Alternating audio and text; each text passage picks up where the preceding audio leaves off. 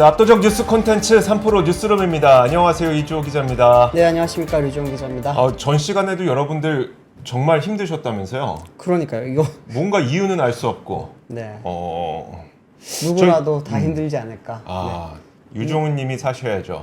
이주호님 사야겠다. 저 무슨 말일까요? 자, 금액을 네. 제시하시죠. 제가 받아들일 수 있을지 한번 보도록 하겠습니다. 저를 사고 싶다고요. 자, 좋습니다. 네. 일단 시장 얘기부터 좀 해보는 게 낫겠죠? 네, 바로 들어가시죠. 네, 네. 시장 얘기부터 한번 해보도록 하겠습니다. 여러분들 다 뭐 전 시간에 보셨겠지만 지금 중국은 급등 중입니다. 네. 화면 한번 보여주시죠. 상해 종합 지수를 좀 대표해서 위시해서 다른 모든 지수들이 다 올라가고 있는데 오늘 상해 종합 지수 제가 내려오기 직전에 캡처한 건데 거의 7.65% 급등. 네. 사실 중국이 왜 오르는지는 누구에게도 설명 안 해도 다 알 것 같습니다. 그렇죠. 중국이 오르는 것에 대해서는 이유가 너무나도 분명한 것 같고요. 다음으로 일본 한번 보도록 하죠. 일본 니케이 지수가 4.8% 급락했습니다. 많이 빠졌네요. 사실 니케이 지수도 어떻게 보면은 좀 설명하기 그렇게 어려운 것 같진 않습니다. 이번에 총리로 당선된 이시바 시게루 네. 총리가 아무래도 이제 아베노믹스를 이어받는 다카이지 그렇죠. 와 좀 반대편에 서 있다 보니까 긴축을 세게 할 것 같아. 그러면 긴축을 세게 하면은 엔화 가치가 좀 급격하게 오르지 않을까. 그렇죠. 그것 때문에 긴축에 대한 두려움이 시장에 좀 작용을 했다라고 보면 될 것 같아서 일본도 마찬가지로 설명하기는 그렇게 어렵지 않은 것 같습니다. 네. 실제 달러 엔 환율은 뭐 142엔까지 좀 빠르게 좀 높아졌죠. 네. 그런데 우리나라는 중국 왜 오르는지 알겠고 일본 왜 빠지는지 알겠다. 그런데 네. 솔직히 저도 말씀드려서 한국은 왜 이런지 정말 모르겠습니다. 진짜 모르겠습니다. 2600이 깨질 줄은 몰랐어요, 사실은. 그러니까요. 네, 2600 깨지고 지금 2593으로 지금 마감을 했는데 제가 좀 제 생각에는 보니까 네. 밸류 관련된 이제 좀 밸류 지수 관련된 종목들이 좀 많이 빠졌더라고요. 네. 현대차라든지 삼성전자, SK 하이닉스 이런 상위 종목들이 쭉 다 빠졌던데 네.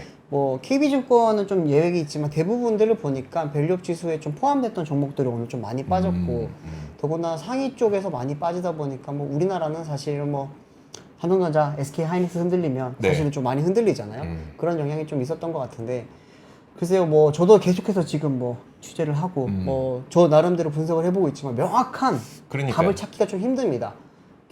자동차 쪽인 관점에서 좀 말씀을 드리자면 네. 만약에 중국이 이번에 이제 경기 부양책이 나오게 되고 중국 내에서 자동차 판매가 늘어나게 됐을 때 거기에 대한 수혜를 입을 종목들이 있을 거 아닙니까? 네. 그런데 현대차 같은 경우에는 아시겠지만 중국 내에서 판매가 거의 지금 없죠. 네. 기아도 그렇고요.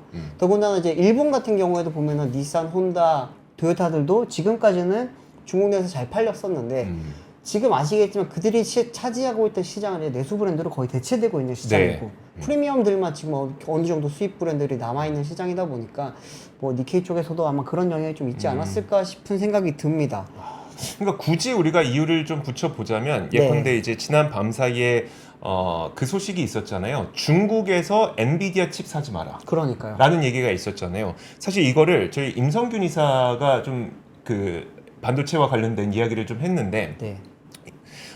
이렇게 해석이 된다면 어떨까요? 그러니까 만약에 엔비디아 거를 중국에서 수입하지 말라고 했으니 네. 중국의 인공지능 업체들은 엔비디아 칩을 수입을 안 할 거고 어차피 지금 못 하고 있지만 네. 아예 안 할 거고 근데 만약에 수입을 안 했는데도 H20까지도 수입을 안 했는데도 불구하고 만약에 중국의 인공지능이 계속 발전을 한다 네. 라면 어떻게 될 것이냐라는 가정을 한번 해본 거예요. 네. 그 말은 우리가 지금 그렇게 비싸고 그렇게 좋은 칩이 아니어도 인공지능이 가능했던 거야라는 반문과 함께 네. 어쩌면 너무나도 과도하게 지출했던 것을 줄이면 어떡하지? 이거 진짜 굉장히 음모론입니다, 여러분. 이거 뭐 지금 진행되고 있는 상황이 아니라 네. 진짜 그렇다면 어떡하지? 라는 이야기가 나오고 있는 거죠. 그렇다 보니까 사실 뭐 이것 때문에 그러면 뭐 삼성전자는 뭐 해당도 안 됐었지만 그렇죠. SK 하이닉스가 좀 흔들렸나? 뭐 이런 그냥 이유를 모르니까 온갖 해석들이 나오고 있는 거고요. 네. 그리고 또 중동 긴장감이 좀 극대화되면 어떡하지? 라는 불안감도 사실 없는 건 아닙니다. 유가도 네. 한 1% 정도 올랐고요. 지금 선물 시장에서. 자, 그리고 뭐 일본 증시도 좀 전에 말씀드렸던 것처럼 만약에 엔화 가치가 급격하게 올라가게 되면 이거 외환 시장에서 좀 충격 있는 거 아니야? 그러니까 온갖 해석은 다 있지만 사실 네. 어느 것 하나 여러분들께서도 지금 느끼시겠지만 쟤 뭔 소리 하는 거야? 아마 이런 느낌일 겁니다. 네. 지금 이유를 분명하게 보기 어려운 시장의 좀 하락이 나타나고 있습니다. 네, 유가 같은 경우에도 지금 보니까 크루드 오일이 0.49 올랐고요. 브렌트가 0.68 올랐고 그리고 이제 천연가스는 마이너스 0.6입니다. 또 네. 빠지고 있고요. 아 모르겠습니다. 쉽게 말해서 지금 어떤 게 지금 우리 국장을 끌어내렸는지에 대해서 저는 잘 모르겠습니다. 네. 네, 알겠습니다. 그런데 이게 또 그럼에도 불구하고 많이 오른 종목들도 있기는 있잖아요. 와, 오늘 네. 그 상승 종목이 뭐 거래소에서 그러니까 유가증권 시장에서는 거의 한 10몇 개밖에 안 됐을 그러니까요. 겁니다. 네. 근데 그 중에서 그리고 코스닥 시장에서도 오른 종목은 몇 개 안 되고 그런데 오늘 제가 사실 이거를 중국에서 레깅스가 좀 잘 팔린답니다라는 이야기를 뉴스룸에서 한번 네. 그러니까 지나가듯이 한번 했던 적이 있었어요. 맞아요. 근데 우리나라에서 대표 레깅스 업체라고 하면은 옛날에 뮬라웨어, 그다음에 잭시미스, 안다르 요 정도가 있잖아요. 네. 사실 근데 이 가운데 상장사가 2개입니다. 어디? 안다르의 경우에는 이게 좀 예전에 약간 문제가 있다가 네. 에코마케팅이라는 상장사에 이제 인수가 됐어요. 네. 그래서 에코마케팅이 상장사고 잭시믹스의 경우에는 브랜덱스 코퍼레이션이라는 이름으로 상장사가 있고 그들이 지금 잭시믹스를 운영을 하고 있는 상태거든요. 네. 근데 오늘 보면은 여러분들 잭시믹스를 갖고 있는 브랜덱스 코퍼레이션이 거의 16%인가 아마 올랐을 겁니다. 16.15% 올랐네요. 그런데 사실 오늘 어떤 특정 뉴스가 있는 건 아니에요. 그리고 네. 제가 이걸 뭐 이렇게 뽐뿌하고 싶어서 이런 것도 아니긴 한데 네. 제가 오늘 굳이 이거 말씀드리는 이유는 제가 이 내용을 거의 한 달 전쯤에 준비했는데 저희 앞권 PD님이 지금 아파서 네. 콘텐츠 생산이 안 되고 있거든요. 그렇죠. 여기서라도 한번 얘기는 해야 되겠다라는 생각이 들어서 이 내용을 좀 준비했는데 뭐냐면 화면 함께 보여주시죠. 얼마 전에 되게 놀랄만한 뉴스가 하나가 있었는데 버버리가 영국 푸시 100 지수 FTS 100 지수에서 15년 만에 퇴출된 거 아마 다들 보셨을 겁니다.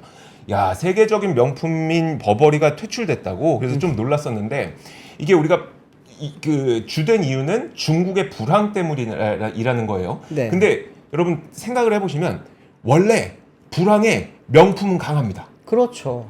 왜냐면 부자들은 돈을 계속 쓰거든요. 맞아요. 불황엔 부자들은 돈을 계속 쓰거든요. 네. 그래서 명품이 그 불황에 훨씬 강한데 지금 보시면 여러분 다 찾아보시면 에스티로도 엄청나게 주가 하락했고요.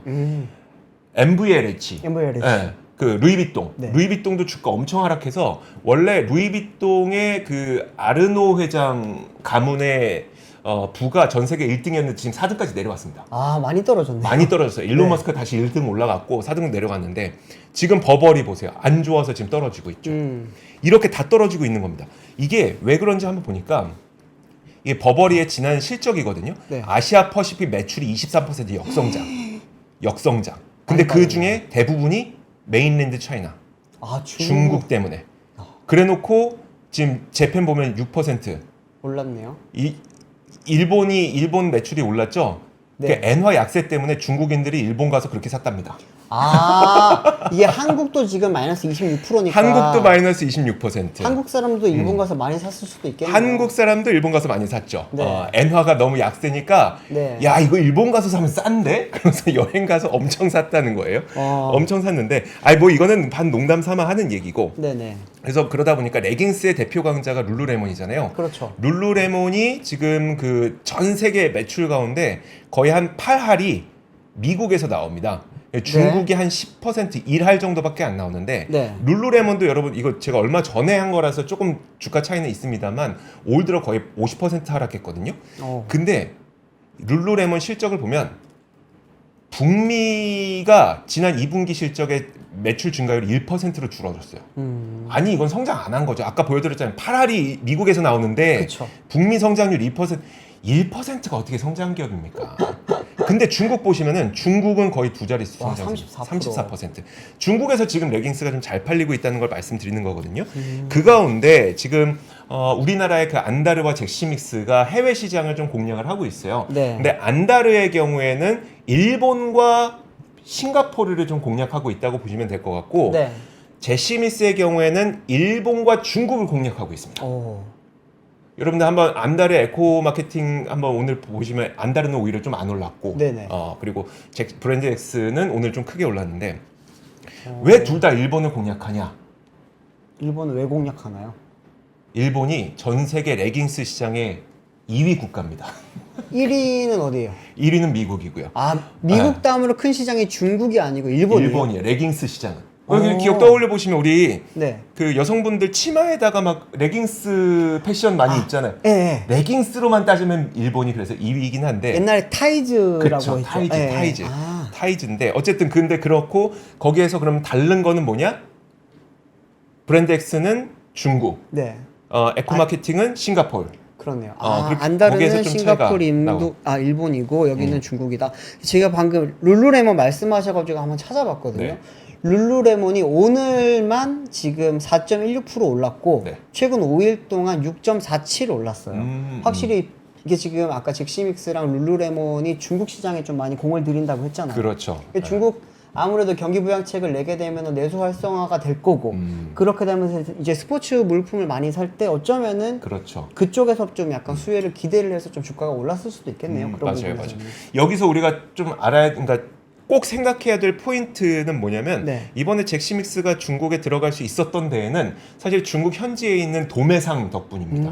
예를 들어서 그러니까 YY 스포츠라고 하는 도매상이 있는데 얘네가 중국 전역에 그 매장이 거의 10,000개 정도 되는 그런 곳이래요. 10,000개, 네. 10,000개 정도 되는 곳이니까 이 유통망 통해서 거기 중국에서 팔 수 있다라는 네. 게 되게 좋은 거긴 한데 문제는 뭐냐면 그 YY 스포츠라고 하는 기업의 모 회사가 있는데 모 회사는 파우첸 그룹이라고 하거든요. 근데 이 파우첸 그룹이 의류 기업 OEM을 또 갖고 있어요. OEM이라고 하면 우리가 그 옷 만들어주는 데잖아요. 공장이죠. 네. 예를 들어서 이 OEM이 그 1년에 운동화를 3억 켤레를 생산을 하는데 네. 거기에 나이키, 아디다스, 뉴발란스 다 들어있거든요. 그러면 네. 그럼 좋게 생각하면 우리 이 YY 스포츠에 들어간 잭시믹스 많이 팔아서 나중에 생산은 중국 생산 여기다가 맡겨도 되겠다라고 생각하겠지만 네. 그럴 가능성도 있고 네. 아니면 우리가 지금까지 중국 업체들 많이 봤던 것처럼 여기서 열심히 팔았더니 그 잭시믹스 가져가서 얘네가 베끼네?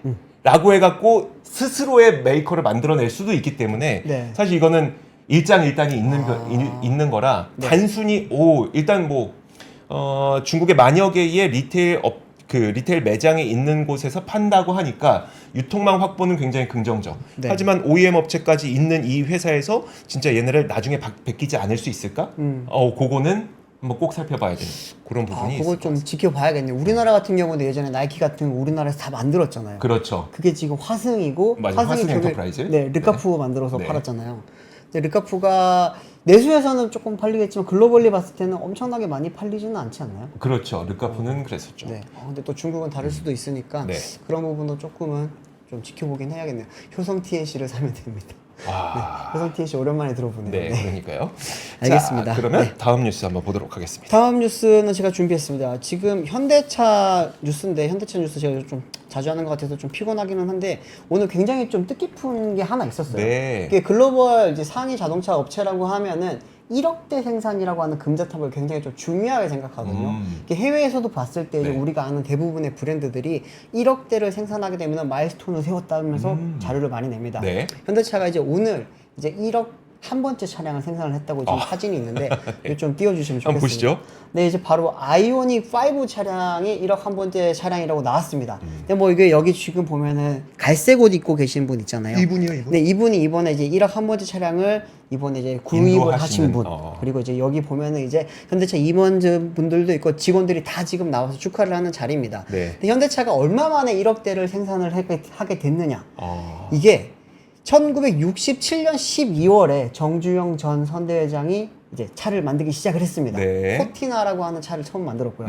그리고 나서 이제 그때부터 만들기 막 시작을 해서 57년 만에 네. 그렇게 이제 생산이 됐는데 그럼 57년이라는 기간이 얼마나 짧은 거냐? 짧은 겁니까? 제가 깜짝 놀랐어요. 지금 1억대를 생산한 브랜드가 이렇게밖에 없어요. 현대차, GM, 토요타, 폭스바겐, 혼다, 닛산, 포드가 있는데 네. 지금 현대차가 67년부터 24년까지 57년이 걸렸고 GM이 1908년부터 1967년까지 59년이 걸렸습니다. 네. 도요타가 62년, 폭스바겐 68년, 혼다, 닛산, 포드 다 70년이 넘게 걸렸습니다.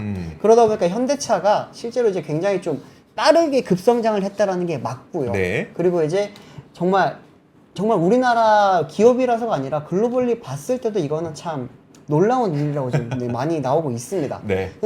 궁금한 거예요. 이러면 네. 어떤 차가 제일 많이 팔렸을까? 아, 역사상 가장 많이 팔린 네. 차. 어떤 차가 제일 많이 팔렸을 것 같아요? 투싼. 투싼 땡. 네, 자, 아니, 자, 소나타. 소나타 땡. 자, 한번 마지막 기회. 네. 마지막 기회. 그랜저? 마지막 기회. 그랜저? 는 미국에서 안 팔려. 그래요? 바로 보여주시죠. 네. 바로 보시면은 아반떼입니다. 보여주시죠. 엘란트라, 해외에서는 엘란트라고 판매하고 있고 국내에서는 아반떼로 팔고 있는데 지금 보면 이제 국내 판매량이 이제 335만 대, 그리고 네. 해외에서 1202만 대가 팔리면서 총 1537만 대가 팔렸습니다. 두 번째가 엑센트 1000만 대 이상 팔렸고요. 네. 아쉽지만 소나타는 3위였습니다. 아, 그렇구나. 네, 소나타가 이제 3위를 기록을 했고, 이제 네 번째가 투싼, 다섯 번째가 산타페인데, 이게 지금 1억대 상황에서는 이럴 것 같기는 한데, 네. 만약에 뭐 1억 5천만 대, 혹은 2억대가 됐을 때는 순위가 좀 많이 바뀔 것 같아요. 그래요? 어느 게 올라가게 될까요? 투싼이랑 산타페 순위가 좀 많이 앞으로 가지 않을까. 투싼이랑 산타페. 네, 실제로 지금 미국 시장에서는 세단이 거의 안 팔리고 있고, 네. 현대차가 제일 많이 파는 시장은 미국입니다. 네. 그렇기 때문에 미국 순위가 중요한데 요즘 미국에서 가장 많이 파는 차는 투싼이거든요. 네. 그 다음으로 많이 파는 차가 산타페고, 그러다 보니까 이제 좀 나중에 되면 순위가 좀 많이 바뀌지 않을까 싶은데, 그래도 제가 리스트에 있는 건 다 얘기했네요. 네, 어느 정도 지금 네, 소나타 분위기는 투싼 다 알고 정도, 계시는 거죠. 소나타 투싼 정도는 얘기했으니까. 네. 이걸 보면서 이제 앞으로 좀 현대차나 기아가 이제 어떻게 갈지를 조금은 뭐 지켜볼 수 있지 않겠냐라고 하는 건데, 현대 같은 경우에는 최근에는 사실은 이제 판매 대수도 이제 글로벌 3위 기업이 됐거든요. 네. 아시겠지만 토요타가 1등, 폭스바겐이 2등, 그리고 현대차가 3등이고, 지금 많은 분들이 기대하는 건 현대차가 몇 등까지 올라갈 거냐라고 네. 하는 건데, 최근에 이제 현대가 이제 CEO 인베스터 데이에서 발표한 거에 따르면은 한 2030년이 넘어가게 되면 그때는 이제 우리도 글로벌 2위를 한번 좀 노려볼 수 있지 않겠냐라고 하는 게 현대의 계획이라고 볼 수 있고요. 네. 그 부분에 대해서 다들 예전에는 무슨 소리 하냐. 뭐 그랬잖아요. 사실 맞아요. 현대기아 합쳐서 지금 이제 겨우 한 800만 대 파는데 800만 대 파는 업체가 1000만 대를 쫓아가는 게 쉽지는 않거든요. 네. 지금 토요타와 폭스바겐은 1000만 대 수준에서 놀고 있기 때문에 쉽지는 않습니다. 그런데 이제 요즘 폭스바겐 같은 경우에는 유럽 시장을 좀 중심으로 해서 판매량이 좀 많이 줄고 있습니다. 네. 그리고 가장 타격을 쉽게 많이 받은 곳은 아까 보셨겠지만 중국입니다. 사실 이제 폭스바겐 그룹이 이제 1000만 대로 올라갈 수 있었던 거에 가장 큰 역할을 했던 게 중국 시장이거든요. 네네. 그러다 보니까 뭐 중국 시장에 보면은 이제 폭스바겐 합작사들이 굉장히 많아요. 그런데 이제 최근에 보면 폭스바겐이 사실 고급 브랜드가 아니라 대중차입니다. 네. 대중차다 보니까 그쪽 시장에서는 이제 베이징 차라든지 장안이라든지 뭐 혹은 이제 상하이 차 이런 쪽에서 나오는 차들이 기존의 폭스바겐의 자리들을 이제 하나둘씩 다 채워가고 있고, 현대차는 사실 이 부분에 대해서는 사드 때문에 미리 좀 매를 맞았었는데 네. 그게 이제 지금은 어떻게 보면 약간 예방주사처럼 그렇죠. 잘 작용을 하고 있는 거고, 일본과 지금 이제 폭스바겐 업체들, 일본 업체들과 폭스바겐이 그 부분에 타격을 입다 보니까 현대차는 좀 운이 좋게, 어떻게 보면 운이 좋게 어부지리까지는 아니겠지만 네. 운이 좋게 좀 2위를 향해 갈 수 있지 않겠냐라고 하는 게 지금 전문가들의 좀 분석이라고 볼 수 있을 것 같습니다. 아, 알겠습니다. 네. 사실 그 다음 뉴스가 바로 이어집니다. 네. 사실 오늘 8월 산업생산이 발표가 됐거든요. 보통 이 산업생산 발표는 되게 재미가 없습니다. 그렇죠. 진짜 재미없는 지표인데 네. 여기에서 제 제목에 다 써놨는데, 자동차 덕에 8월 산업생산이 1.2% 상승했고, 네. 소비도 자동차 덕에 증가했다. 차가 많이 팔렸나 봐요. 대부분 자동차 덕이더라고요. 한번 그러면 여러분들 같이 보시죠. 어땠는지. 네. 일단 8월 산업 생산을 보면 거기에는 뭐 그 생산, 투자, 소비 이렇게 세 가지로 나눠서 발표를 하게 되는데, 네네. 전 산업 생산이 전월보다 1.2% 상승을 했어요. 네. 그리고 이 산업 생산이 상승한 거는 거의 4개월 만에 반등을 한 거고요. 근데 이게 제가 자동차 덕에 산업 생산이 높아졌다 그랬잖아요. 지금 전 산업 생산 지수가 전월보다 1.2% 늘어난 것으로 나타났는데, 네. 이게 그 부문별로 보면 광공업 생산이 4.1% 늘었고요. 네. 그리고 광공업 생산 중에 제조업이 4.1% 늘었는데, 제조업은 자동차 22.7%, 네. 반도체 6%로 상승을 하면서 제조업이 좋았던 거예요. 그러니까 결국은 자동차와 반도체 덕분에 네. 이번 그 산업 생산이 1.2% 늘었다고 보면 될 것 같은데 그 중에 자동차 덕분에 소비도 좋아졌다 그랬잖아요. 네네. 소매 판매가 1.7% 증가한 것으로 나타났거든요. 이것도 보면은 한번 보여주시죠. 전월 대비해서는 1.7% 개선이 됐습니다. 근데 전년 동기 대비해서는 1.3% 감소한 거고요. 근데 이 1.7% 증가한 거를 보면은 이것도 제가 바로 다음에 준비했는데 네. 내구재 승용차 덕분에 1.2% 증가했고 비내구재 음식료, 차량 연료, 의약품 네. 이런 것들 때문에 증가했다. 그거 보시면 돼요. 지금 감소한 거는 뭐 이게 신발, 가방, 의복, 그다음에 통신기기, 컴퓨터, 화장품 이런 것들이니까 요걸 보면은 전월보다 지금 승용차랑 음식료품, 그 휘발유, 네. 그리고 의약품, 자동차를 제외하면 대부분은 필수적으로 써야 되는 거. 그거 말고는 사실 지금 소비를 지탱해 준 것이 거의 없다고 보면 될 것 같습니다. 네. 준내구재 뭐 증가 요인으로 오락 취미 경기용품 있긴 있지만 이 준내구재는 결국 감소했잖아요. 그렇죠. 신발, 그러니까 가방, 의복이 줄었어요. 네, 내구재에서 승용차, 가전제품도 상당히 크겠죠. 근데 승용차 그 통일되는 것만 보는 겁니다. 네. 승용차, 그다음 비내구재 증가했는데 차량 연료, 승용차 샀으면 기름 넣어야죠. 네. 그다음에 음식료나 의약품은 사실 우리가 안 먹고 살 수 없는 거니까 먹어야죠. 결국 지금 소비에서 어디가 증가했는지 보면 차를 빼면 나머지는 필수품. 이라고 보면 될 것 같고요. 전년 동월 대비해서도 비슷합니다. 내구재는 사실 여기 전년 대비해서는 감소했고 준내구재도 감소했습니다. 증가 요인 자체가 존재하지 않고 네. 비내구재 가운데 음식료, 의약품, 차량 연료 전년 동월 대비하면은 진짜 필수로 써야 되는 거 빼고는 아무것도 쓴 게 없습니다. 보세요. 네. 진짜. 그러니까 네네. 산업 생산이랑 그다음에 그 그러니까 산업 생산이랑 전산업 생산에서 볼 수 있는 우리 소매 판매 있잖아요. 소매 네. 판매가 늘어나긴 했는데 필수적으로 쓰는 거 말고는 늘어난 게 없어서 사실 우리의 그 소비가 굉장히 얼마나 취약한지를 보여주는 측면이다라고 보면 될 것 같고요. 네. 제가 오늘 여기 준비하지 못했는데 그 산업 업태별로 나눠 놓은 게 있어요. 그래서 업태별로? 백화점에서 얼마나 네. 사용했는지, 그다음에 마트, 대형 마트에서 얼마나 썼는지, 면세점에서 얼마나 썼는지 이런 것들 나오는데 면세점 상당히 좋습니다. 여전히 해외 여행은 많이 가고 있어요. 네. 그리고 백화점 여전히 안 좋습니다. 앞서 제가 뭐 버버리도 뭐 풀시백 지수에서 탈락했다느니 루이빅동도 지금 순위가 4위까지 밀렸다는 이런 얘기들 해드렸잖아요. 네. 명품도 못 버티는 지금 불황인데 여기에서 그 개선되고 있는 곳이 있는데 대형마트였습니다. 대형마트가 제가 그 오늘 준비를 안 했는데 한 1.7%인가가 올랐을 거예요. 네. 근데 제가 그 얘기를 좀 많이 드렸었잖아요. 대형마트 요즘에 좀 변하고 있는 것 같긴 하다. 그 전까지는 뭐 마트에서 뭔가 뭐 경험, 뭐 경험 막 이런 거 많이 내세웠잖아요. 마트가 경험. 문화 막. 네. 뭔 문화고 경험입니까? 우리가 싸게 좋은 물건 살 수 있는 게 마트여야 되는데 무슨 문화고 네. 경험입니까? 근데 요즘에 그 마트가 약간 변하려는 모습을, 그러니까 본질적으로 본질로 그쵸. 싸고 저렴한, 그러니까 그 질 좋고 저렴한 물건을 가장 잘 구매할 수 있는 곳으로 변하려고 노력하고 있는 것 같다고 말씀드렸잖아요. 네. 물론 결과는 봐야 되겠습니다만 그런 것들이 좀 영향을 미치지 않았나. 그래서 여러분들께서도 한번 그 자료 보실 수 있으면 보시면 좋을 것 같은데 네. 대형마트 쪽이 좀 개선되기 시작했습니다. 그래서 지속 가능성도 한번 봐야 되겠지만 네.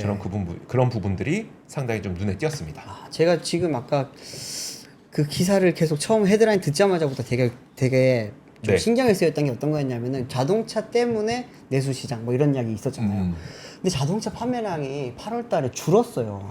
내수 판매량이. 네. 실제로는 지금 8월 달 판매량을 보면은 전년 동월 대비 이제 0.9% 감소한 10만 5,504대를 판매를 했다라고 지금 집계가 되어 있습니다. 네. 근데 이제 늘었다는 건 아무래도 비싼 차가 더 많이 그렇죠. 비싼 팔렸으니까 가격 기준으로 많이 팔렸다라는 성장을 했다라는 네. 의미일 것 같은데 이게 제가 불안한 게 뭐냐면은 이제 점점 연말로 넘어가잖아요. 네. 연말로 넘어가면서 이제 차 판매가 사실은 많이 늘어야 되거든요. 이제부터는 원래 연말에 많이 팔리죠. 자동차의 최대 피크는 12월입니다. 아. 그때 물량떨이 하면서 네. 엄청 많이 팔려요.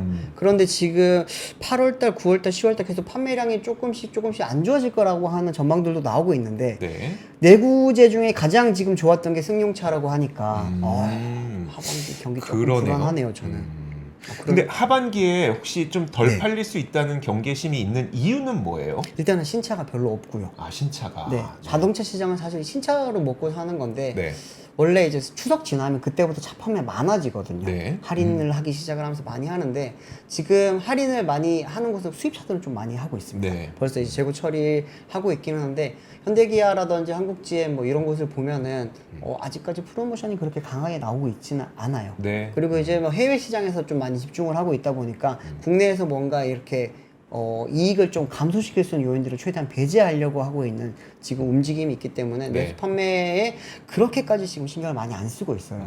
그러다 보니까 글쎄요, 연말이 되면 또 뭐 어떤 또 다른 프로모션이 나올지는 모르겠지만 내구재에서 가장 좋았던 게 승용차라고 하니 되게 좀 불안감이 뭐 좀 약간 급승을 했습니다. 금리가 인하되면 더 팔리지 않을까요? 라고 제이돌돌님께서. 금리 인하. 네. 캐피탈 금리가 좀 많이 빠지면은 그럴 가능성도 사실은 있겠죠. 네. 그런데 모르겠습니다. 네. 제가 지금 파악하고 있는 바로는 내수보다는 해외에 무조건 지금 중심을 하고 있다는 게 그들의 전략이다 보니까 네. 하나 말씀드리면 한국GM은 지난달에 마이너스 51% 네? 내수 시장에서요. 아, 그래요? 그런데 이제 수출 시장에서는 엄청나게 두 자릿수 성장을 했거든요. 네네. 사실상 이제 한국GM 같은 경우에는 이제 국내 공장, 부평 공장이랑 지금 창원에 있는 공장이 어떻게 보면 글로벌 생산 기지 중에 하나예요. 그런 거잖아요. 그 내수 시장에 대해서 별로 신경 안 씁니다. 한국에서 안 팔아도 상관이 없다라고 지금 생각을 하고 있는 네. 상태라고 봐도 되거든요.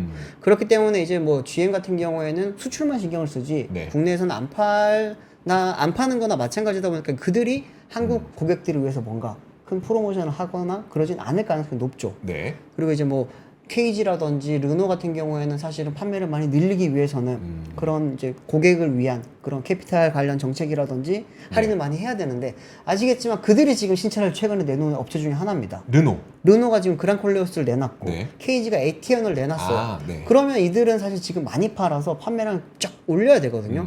그런데 르노 같은 경우에 지금 노조랑도 지금 문제가 있고 지금 생산도 잘 안 되고 있고 네. 이러다 보니까 마이너스 10%를 기록을 했고 KG도 1%밖에 안 올랐어요.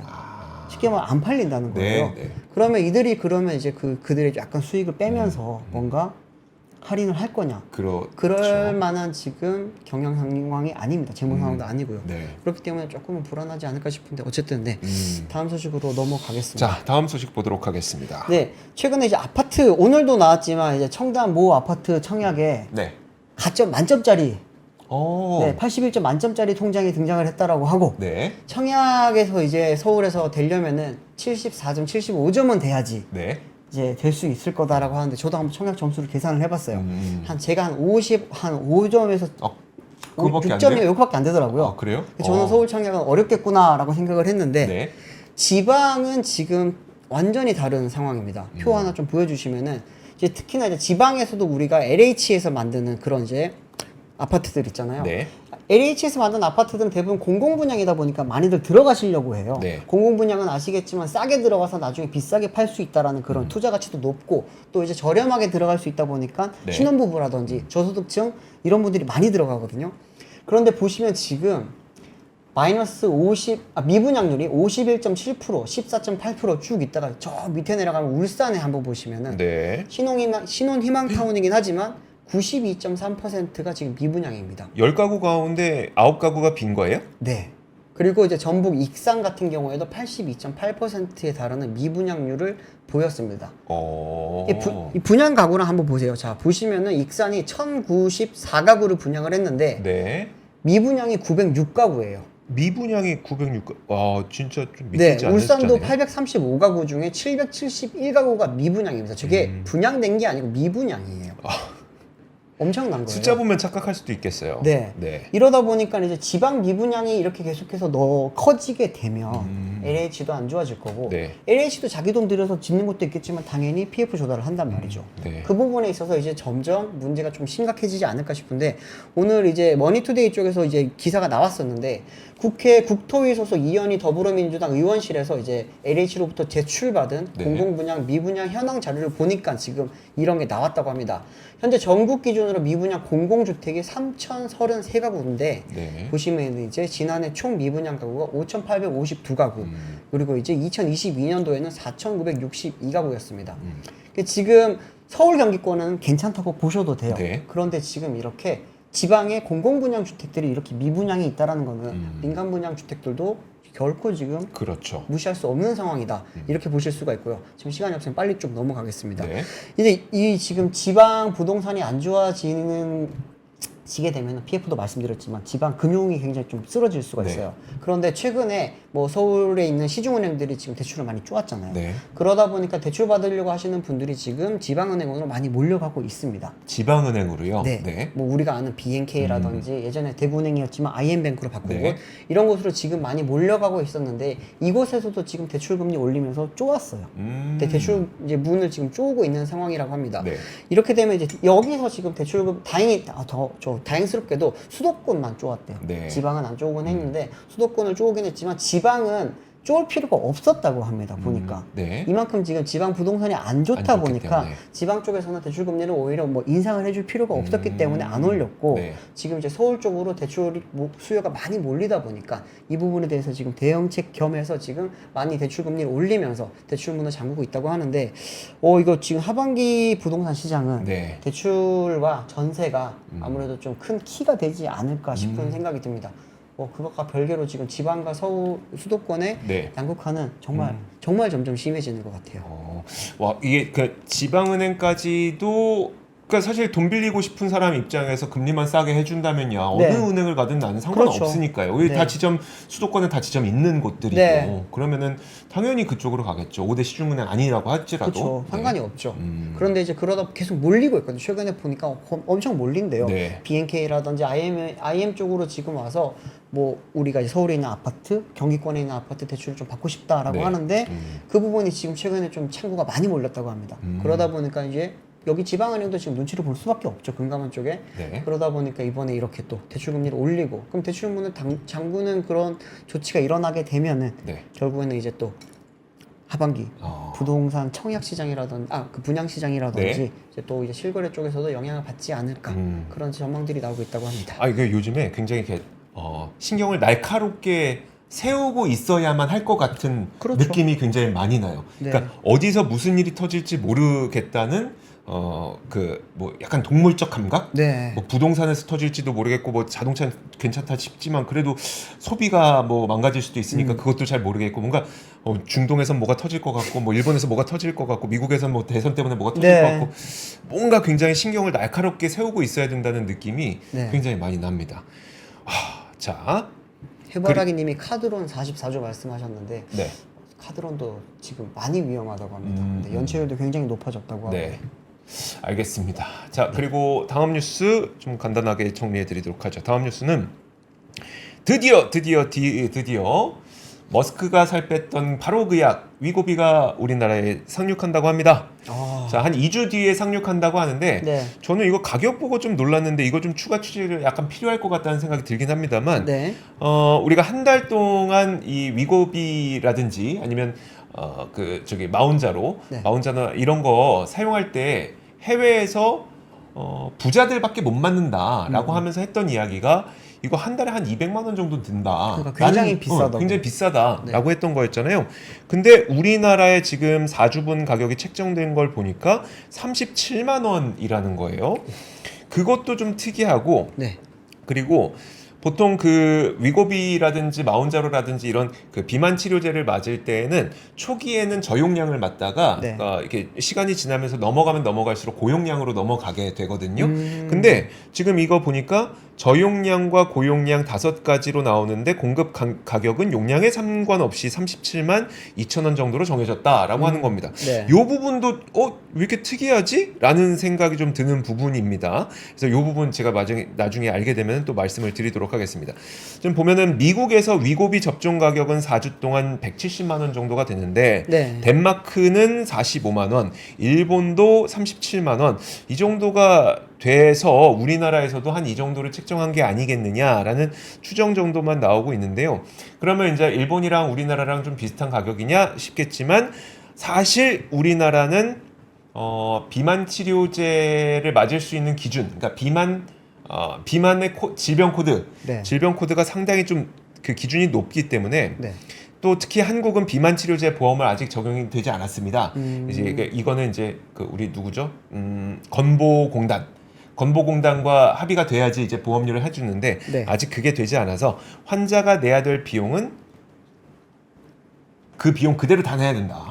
일본에서는 좀 보험의 도움을 받아서 좀 저렴하게 낼 수 있고, 그래서 실제로 우리나라에서 사용하는 환자의 부담금이 조금 더 비싸지는 거다라고 보면 될 것 같습니다. 어쨌든 요것 때문에 그 마운자로도 조만간 우리나라에 좀 상륙하게 되지 않을까라는 생각을 하게 되고요. 네.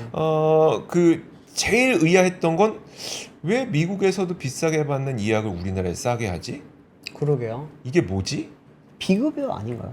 당연히 비급여입니다. 네. 비급여인데 비급여. 어떻게 네. 이렇게 싸게? 비급여인데, 그러니까 비급여인데 생각보다 가격이 좀 저렴한데? 그 이유에 대해서는 제가 좀 한번 네, 기대해 보겠습니다. 연휴 이후에 한번 좀 알아보도록 하겠습니다. 자, 그리고 다음 소식 보도록 하죠. 다음 소식 배추 소식 하나 전달드리겠습니다. 네네. 네, 지금 뭐 가정주부분들도 계시겠죠. 많은 네. 지금 이제 어머님들이 가장 큰 고민이 올해 김장 망했다. 김장 어떡하냐 말씀들을 맞아요. 굉장히 많이 하세요. 네. 특히나 이제 올해 여름에 너무 더웠잖아요. 이 장모님도 조그맣게 농사를 지으시거든요. 텃밭? 주말 농장. 주말 농장? 네. 하시는데 배추 종자 심은 거 지금 다 죽게 생겼다. 막 맨날 말씀하시더라고요. 근데 계속 이제 뉴스에서도 금값 배추, 금배추 이야기가 나오는데 오늘 이제 나온 이야기로는 이제 송미령 농림축산식품부 장관이 오늘 기자간담회를 통해서 다음 달에 이제 배추를 1,100톤을 들여올 계획이라고 합니다. 네. 이렇게 해서 좀 배추값 안정을 좀 가져올 수 있지 않겠냐라고 하는 전망을 내놨는데 지난주에 이제 초도 물량 16톤을 가져왔고요. 그리고 이제 이번 주까지 총 100톤을 수입을 한다고 합니다. 그리고 앞으로 매주 200톤씩을 들여와서 다음 달까지 총 1,100톤을 들여올 계획이라고 합니다. 이게 좀 들어오면은 이제 배추값이 조금은 배추값 안정화가 좀 괜찮아지지 않겠냐라고 하고 아무래도 이제 11월 배추값에 대해서 좀 많이들 그래도 11월이 되면은 네. 이제 그때 가을 배추가 나오기 시작하면은 좀 안정화가 될 텐데 그 사이에 완충할 수 있는 작용할 수 있는 게 좀 필요한데 그 기간 동안에는 중국 배추로 조금 우리가 버텨야 될 것 같다라고 네. 하는 게 농림식품축산부의 오늘 이제 이야기였습니다. 결국 김치가 또 금치가 되는 그렇죠. 그 되게 신기한 현상을 또 우리는 목격하게 되겠네요. 네, 아시겠지만 네. 11월 배추로 담았든 10월 배추로 담았든 9월 배추로 담았든 김치값은 똑같을 겁니다. 아, 그래요? 네. 그들이 소비자 가격은 안 바뀌니까. 그렇죠. 네. 네. 올리지 않을까요? 많이 올리겠죠. 올려놓은 상태로 11월 배추값도 계속 받겠죠. 올린 상태에서 네. 그렇겠네요. 알겠습니다. 자, 그러면 오늘 저희가 뉴스는 여기까지 하도록 하겠습니다. 또 어느새 이제 내일 쉬는 날이 됐습니다. 또 쉬어요? 또 쉬는 날이 네. 됐는데 저희 같이 방송하는 사람들은 이렇게 쉬는 날이 되면 좀 힘들어요. 좀 힘들어요. 그러니까 매일매일 일을 해서 매일매일 나오는 뉴스를 팔로우하는 게 훨씬 더 좋고 여러분들 맨날 만나는 게 더 좋지. 네. 하루 쉬었다 오면 또 약간 템포 잃어버리고 이래갖고 시동 걸어야죠. 시동 걸어야 돼서 좀 힘듭니다. 여러분들 다음 주 수요일이란다. 오는 수요일에 저희 찾아오도록 할 테니까요. 그때 함께 만나시죠. 여러분 휴일 잘 보내시고 저희는 수요일에 올게요. 고맙습니다. 감사합니다. 박근영, 이선영, 사경인, 염승환 투자 마스터들의 세심한 케어로 건강한 투자 습관을 만드세요. 3프로 멤버십 3프로 앱에서 확인하세요.